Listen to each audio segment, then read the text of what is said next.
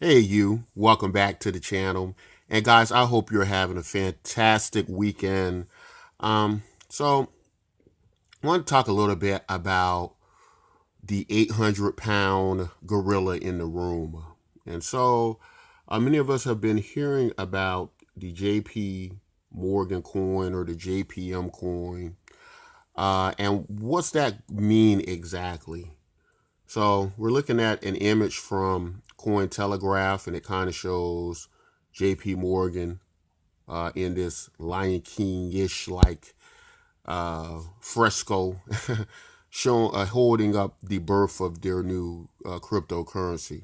All right, this J.P. Morgan token, um, and so looking at what effects this could potentially have on XRP or the Ripple token and Bitcoin, right? Will this be the possibly be the nail in the coffin for some of these cryptocurrencies and maybe even the king of cryptocurrency? So let's talk about that a little bit.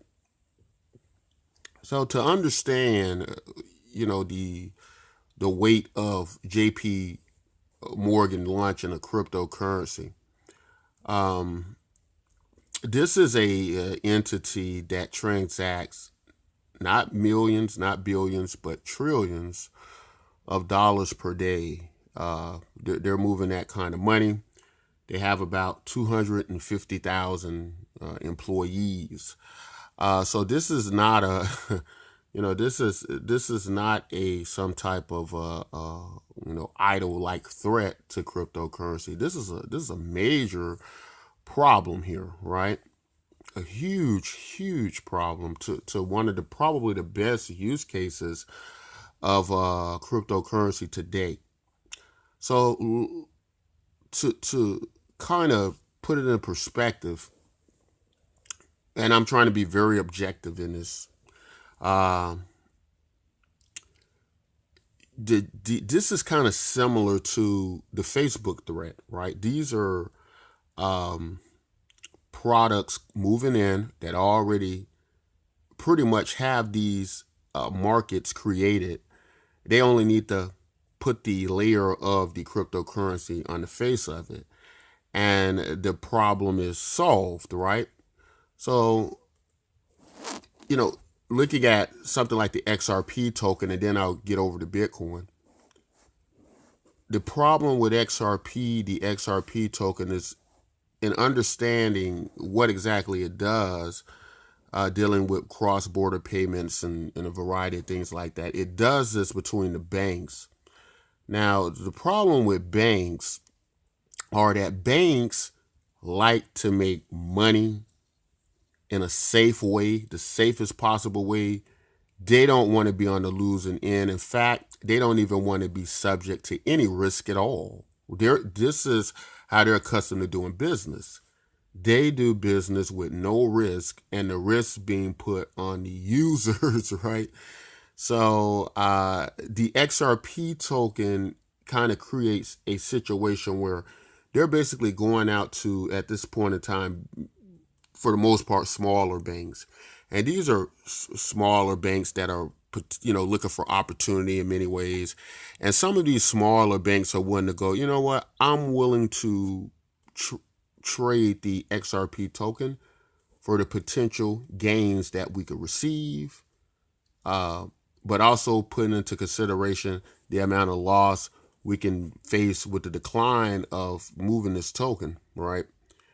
Um, Now, what the banks use is what they call the X current system already, and they can just use that through Ripple, the entity Ripple, and they don't need to use the XRP token at all. It's not a huge demand for them to use it, right? Um, but an idea, the what the cryptocurrency space would like to see happen is, of course, all these banks that are in the Ripple network use the XRP token. Now, the problem with that is that's kind of like being in a fraternity and going to a fraternity member who has a project that he wants you to use, and you telling him that you rather use something outside of that fraternity, and that's making a choice between the JPM token and the XRP token. Now, of course, there are a lot of more huger issues with that. If you're a bank, for instance, who would you be more likely to want to trust? Would you prefer to trust someone with 250,000 employees moving trillions of dollars a day, or would you rather trust a cryptocurrency that is very obscure in some ways? People aren't able to figure out if it's a security or if it's something else. And I'm not ragging on XRP token. I know it has a large community, and there are many things I like about XRP. But my just FA analysis of this, and to ignore the fundamental analysis of this, I think is dangerous. You just have to kind of come to terms with it and say, well, that just doesn't make much sense, that you're expecting billion-dollar, trillion-dollar industries to move that kind of money over something like the XRP token. Now, some people say, well, it's decentralized, right? And that's why they don't want to do that. But wouldn't it just be in the best interest of a huge bank to just then create their own token with all these billions and trillions of dollars they're already moving? Wouldn't it be safer? I'll give you this. I'll give you this kind of proverb or saying I heard mentioned by a few people, even a friend of mine who was a pilot. And what he said that I told him that I don't know if I ever have the nerve to fly an airplane. He's been trying to get me up in the air with him in a small plane for quite a bit of time now.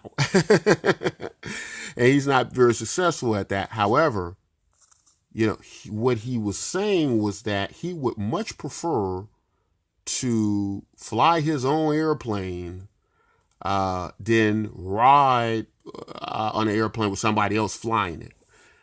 And so, these big banks moving these trillions of dollars, what what would it just be in their best interest to control the token themselves? And that seems like where it's going. Now, people in the cryptocurrency space generally move to something like, well, that's not the idea behind cryptocurrency, and it's not decentralized. It would be controlled by them. But that's not really the point, because the the idea of blockchain technology and what's going on with it today is it's being used for whatever reasons people find the best use case for it, right? And so, if that ends up being this way they can move money, more efficient over their blockchains to settle these payments with other banks, then it's very difficult to form this narrative that is being misused as not a cryptocurrency and a variety of things. Now, what's interesting about the JPM coin is that it's not for us. It's not for, whereas Ripple, the XRP token, you can buy into this token. The banks that are using it with the public, right? And you can't do that with JPM Coin. But the problem is, what JPM Coin does then is it takes away the institutions from cryptocurrency. Now, several years ago, that wouldn't have mattered. So now this kind of moves my conversation over to Bitcoin. When people talk about Bitcoin and then they talk about it being anti all of these institutions and banks, the very hypocritical part of that is that, up until like several months ago, what has Bitcoin holders and believers been doing? We've been waiting on the very institutions that we're supposed to be anti of to save us. We've been hoping and praying for ETFs backed. Who's going to get in the game? What big bank or what big is Wall Street going to get in the game? We've been doing all of that, right? which was a mistake, right? Because by doing it, it easily becomes a situation where an institution can just use the blockchain and control their own destiny, which is what they would prefer to do, because if anything, they're going to want to have some type of control or manipulation over it.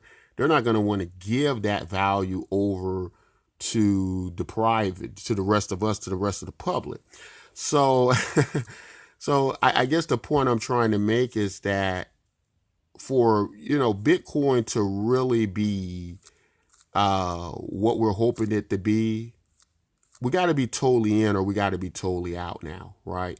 The early days of how Bitcoin started off with, with just kind of this grassroots movements and grew to what it did without these institutions, without their interference, without their interruption, is really the best. Is the nature, I'm finding a Bitcoin. It's obviously not going to ally well with these institutions because, again, the institutions will do better just using the blockchain technology as they're doing, running on Ethereum, right? To do that. So if it's run on Ethereum and they didn't go to, why wouldn't it just run on Xcurrent, right? Which is the idea of what Ripple's doing. Why wouldn't it just run on the? Why wouldn't it just use XRP to move their money, right? Then all the money and stability goes to Ripple. They're not doing that, and that's showing a roadmap of institutions moving out of cryptocurrency, at least the cryptocurrencies we know of, right, and kind of moving into these stable coins. Not just going to be JP Morgan, but it's of course going to be Facebook. So now what you have is what you pretty much are going to have is you're going to have the JP Morgan coin or the Bank of America coin or several dozen other institutional coins controlling the institutions because that's their brothers and they're safer with them. And yes, I would trust JP Morgan and Bank of America before I would trust an entity. And again, I'm not slamming XRP holders or Ripple, but with Ripple holding over 60% of the XRP tokens, uh, why would and in this kind of weird area, or if they're this legal security or not, why would I trust that when I can just know what's going on with JP Morgan, and if it's a Bank of America coin or if it's a New York Stock Exchange coin or whatever it is? Why wouldn't I just trust those guys who are more in line with the direct compliance of the SEC, right, for the safety of moving billions and trillions of dollars? And I think this is how people are going to think. Now, some people will say, well, yeah, but it's not for the public. But Facebook is coming out, and it's going to come out. It's going to start off with over 200 million users, making it the biggest cryptocurrency on the face of the map. And that's going to be for the public. They're going to use that like they use Cash App and they use a lot of other these functions, because it's going to be a very easy interface. It's not going to be, I got to try to set up a Bitcoin wallet, find some Bitcoin interface, use some type of Bitcoin exchange or something. Not gonna have to do that because Facebook is probably, with such a huge community, it'll probably be a contained ecosystem where you can just move your Facebook currency back and forth to one another and buy and trade whatever you want with it, right? So you wouldn't even really need to take it out of that ecosystem necessarily to get goods and services and value. Excuse me. So this is what I mean by the fundamental analysis of this whole situation, guys, and what you have to look at. You also have to look at the markets, right? What are the markets? Some people say don't worry about price. They have a misunderstanding of what the market is. The market uses the price. It uses price and it uses the market as a pole, right? That is the way we communicate to everybody back through the market, through price. We're saying that this is not as valuable as it should be. We're saying that this is, too high. The value of it's too high. We say it's too low. When it goes up, this is the way. This is the nervous system. This is how we communicate it this way, right? So all that said, what can be done, right? How can we get Bitcoin back to its right path, its early days of glory? Well, we have to be realistic about a few things. First, and this might not come as the best news, but there are a few things we have to consider. If it's only costing Bitcoin at this time, on average, about $3,100 to produce it, right? It's probably not going to trade much higher than that. In fact, it's probably costing about half that to produce it, right? So here's the issue. It is, in traditional markets at least, it is very commonplace for the value of an underlying asset to trade twice its value, right? Which meaning is that if Bitcoin now is trading around about $3,600, that is probably only really worth about $1,800. And I'm not going to go into a lot of detail about why Bitcoin is that's a good value for Bitcoin. I've done other videos about the supply and demand factors that deal with why Bitcoin is probably better around that price.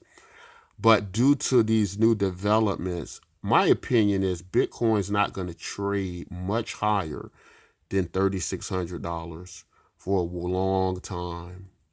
And so what can be done? What's the next solution for the Bitcoin holders? Well, here's what I've come up with. Our project Bitcoin MYK, right? What is that? What does it do? Well, it basically allows Bitcoin to remain as a store of value, which is like gold, but kind of creates a version of Bitcoin that is the money to the gold, right? And it works. It works because you don't have to buy the Bitcoin MYK. You only have to buy or mine more Bitcoin, and you move the represented value of that through Bitcoin MYK. The more Bitcoin you mine, the more Bitcoin MYK you get, the more Bitcoin you buy. Now, the reason this is significant to the value of Bitcoin, because another theory is what's happening in Bitcoin in the cryptocurrency space is that people are making money just shorting Bitcoin with futures. They're shorting it. You don't have to. You can make money with it going down. And so it's not, they're making money. People are still making money without the price of Bitcoin going up. And so it's going to probably stay in a trading range like this. It doesn't have to go up for people to make money on it. And so because of that, it's not going to give the Bitcoin holders, the people who are long on Bitcoin, the profits they're looking for, the price rises they're looking for. And they can just do this kind of thing forever. They do it in the traditional markets with assets all the time. And they kind of stay in this stable price, right? But that doesn't do you any good if you're the kind of person holding, not using it, not spending it because you can't, because number one, it's not a money. It doesn't work good as a money. What do? Well, in our project Bitcoin NYK, you can, because remember, it's starting at under $1 or around the dollar mark, right?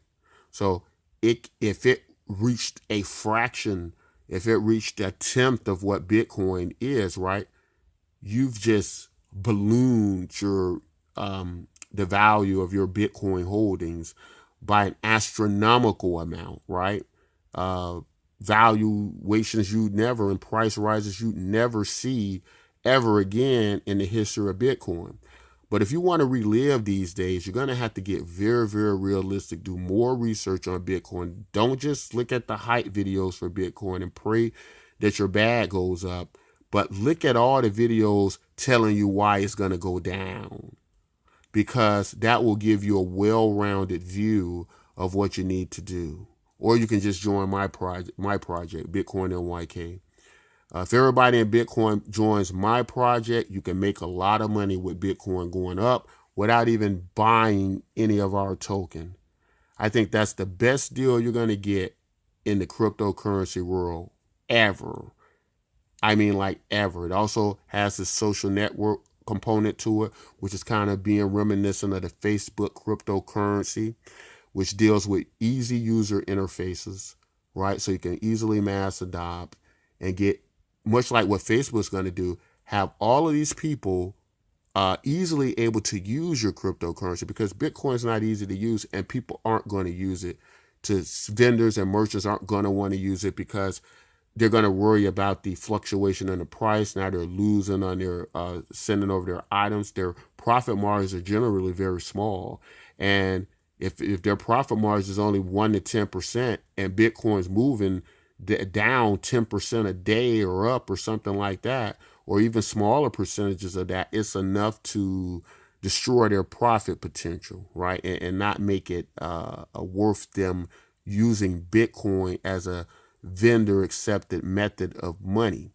So a lot of information to unpack in this video, a lot of realistic information, a lot of information people aren't going to want to hear but need to hear. Bitcoin NYK is the answer. It's probably one of the only things left that makes sense and that can save us in the cryptocurrency space. And it's risk-free to try it and see where it goes. Guys, if you like content like this, don't forget to like, subscribe. And until next time, take care.